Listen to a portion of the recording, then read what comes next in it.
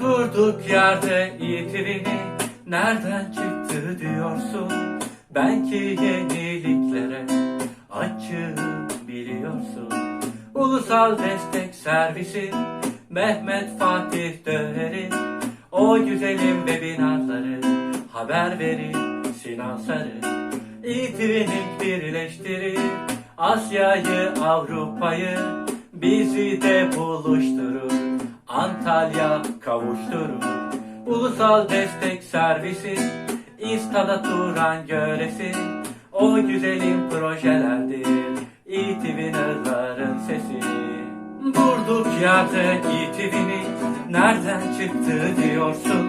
Belki yeniliklere açığım biliyorsun. Ulusal Destek Servisi Mehmet Fatih Döner'i, o güzelim webinarları haber verir Sinan Sarı.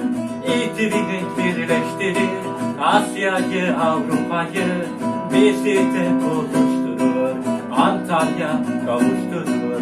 Ulusal Destek Servisi İstada Turan göresi, o güzelim projelerdir İTV Nırların sesi.